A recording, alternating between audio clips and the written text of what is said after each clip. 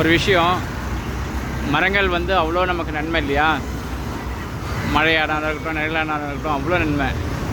அதே மாதிரி மனித வாழ்க்கையும் அப்படி தானே.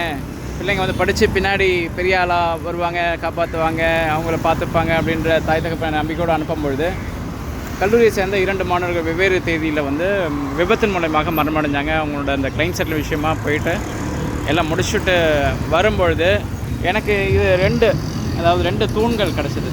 பார்த்திங்கன்னா, நான் ஏற்கனவே வச்சுருந்தது தான் இது, அது மீண்டும் அதை கண்டெடுத்தேன்.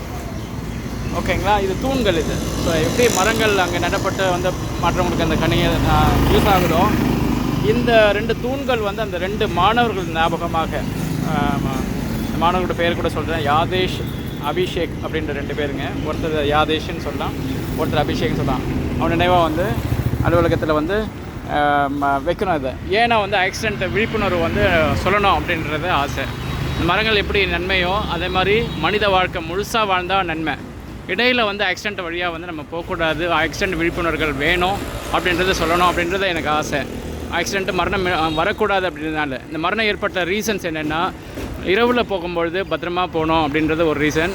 அடுத்தது வந்து பில்லியன் ரைடராக, அதாவது இப்போ நான் ஒரு 2 வீலர் வச்சுருக்கேன், பின்னாடி உட்காடுறாங்கன்னா அவங்களுக்கு ஹெல்மெட் தேவை அப்படின்றது ரொம்ப அவசியம். எப்படின்னா வந்து இதில் யாதேஷ் என்ற ஒரு மாணவர் என்ன பண்ணியிருக்காரு, பின்னாடி உட்காரும்பொழுது ஹெல்மெட் போடாதனால அதை ஓட்டிகிட்டு போன ஒரு வேகமாக போகும்பொழுது ஒரு ஸ்பீட் பிரேக்கரில் ஏறி இறங்கும் பொழுது அது தூக்கி போட்டிருக்கு பின்னாடி இருந்தவர் அப்படி பின்னாடி பக்கமே விழுந்திருக்காரு ஹெல்மெட் இல்லாதனால. அந்த இடத்துலையே வந்து கோமாக்கு போயிட்டுருக்காரு. 3 நாள் கழித்து இறந்துட்டாங்க.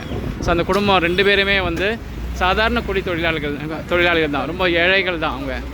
ஸோ அந்த மாணவர்கள் தன்னோட கோர்ஸை முடிச்சு 2 பேருமே 3rd இயர்ஸ் முடிச்சுட்டு தன்னோட குடும்பத்துக்கு வந்து இந்த மாதிரி மரங்கள் மாதிரி கணிதர சுச்சுவேஷன்ஸில் அவங்க இல்லாமல் போயிட்டாங்க.